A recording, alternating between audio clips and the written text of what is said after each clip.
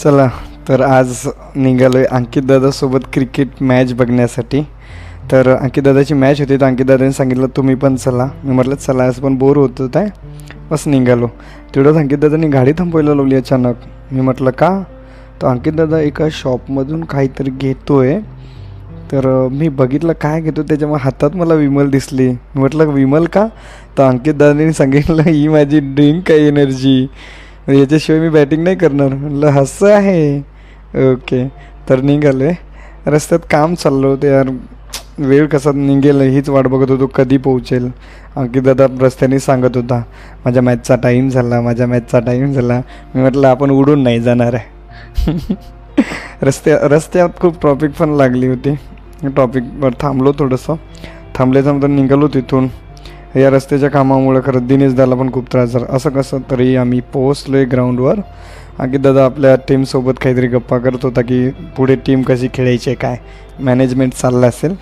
माझ्याजवळ येऊन म्हणतो आहे की थोड्या आमच्या वेगळ्या गोष्टी असतात टीमच्या, शेअर नाही करतायत. म्हटलं चालेल. तेवढ्यात मॅच बघत होतो. एक मॅच चालू होती तेवढ्यामध्ये, खूप छान बॅटिंग पण होती सरांची. मला आय थिंक माहीत नाही दादाचं. तेवढ्यात मला भूक लागली. अंकित दादाला म्हणलं चल निघू यार जेवायला. तेवढं अंकित दादाने डबा आणला होता घरून, त्यासाठी त्यांनी जंगलात गाडी थांबवली.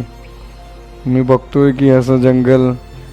म्हणलं अंकित दादा यार या जंगलमध्ये का थांबवली? त्यांनी म्हटलं की इथंच बसू आपण फ्रेशमध्ये. म्हटलं जंगलामध्ये? हो.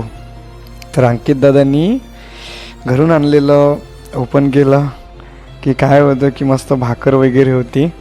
तर मी तर जंगलच पाहत होतो. म्हटलं इकडून तिकडून काही यायचं होय त्यासाठी. तेवढ्यात अंकित दादानी खाल्लं. मी बघितलं काय आणलं ते. तर अंकित दादानी भाकर आणली होती, चिकन आणलं होतं, भाकर चिकन, आणि बघतोय अजून काय आणलं. मी विचारतच होतो की आपण क्रिकेट खेळायला आलो आहे की कशासाठी. त्याच्यानंतर प्लेटी वगैरे आणल्या. त्याच्यानंतर वडापाव होते. मी बघतोय अंकित दादाने घेऊन बस चालू केलं आपलं. तुम्हाला खायचं असेल खा, नाही तर नका खाऊ. मग दिनेशदा पण होता. दिनेशदानी पण घेतली, श्यामदादानी पण घेतली. राहिलो मी म्हटलं चला आपण पण स्टार्ट करू, सगळ्यांना खूप भुका लागल्या. तर बघतोय की ठेसा पण आणला आहे अंकित दादानी. मी म्हटलं यार काय काय आणलं तू? वहिनीला सकाळी उठूनच कामाला लावलं वाटतं अंकित दादानी. या माझ्याकडे बघून म्हणतोय जेव. म्हणलं चला जेव, मला पण जेवायचं, मला भूक लागली होती यार खरंच.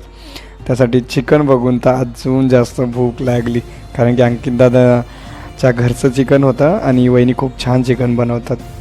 त्याच्यामुळे श्यामदादा बोलत होता की चला खा फास्ट फास्ट. बस आम्ही स्टार्ट केलं. जेवण झाल्याच्यानंतर निघल्याच्यानंतर श्यामदादानी तिथे सापडलेली जी थैली होती ती पण सोबत घेतली की आपल्याला काम येईल तिकडे. मी म्हटलं चल घेऊन चल. तेवढ्यात गाडी साईडला होती रस्त्याच्या, तिथे लावल्याच्यानंतर दिनेशदा बोलतोय आता गाडी तू घे. मला तेवढ्यात अंकित दादा म्हणते नाही बाबा गाडी तूच घे, माझं जेवण जास्त झालं आहे. असं करून तो बसला मागे, मी आणि अंकित दादा मागे बसलो, श्यामदादा पुढे बसला. तिथून दिनेशदा गाडी घेऊन निघाला. दिनेशदा एकदा खूप फास्ट गाडी चालवते, त्याच्यामुळे भीती वाटते पुढे बसायची.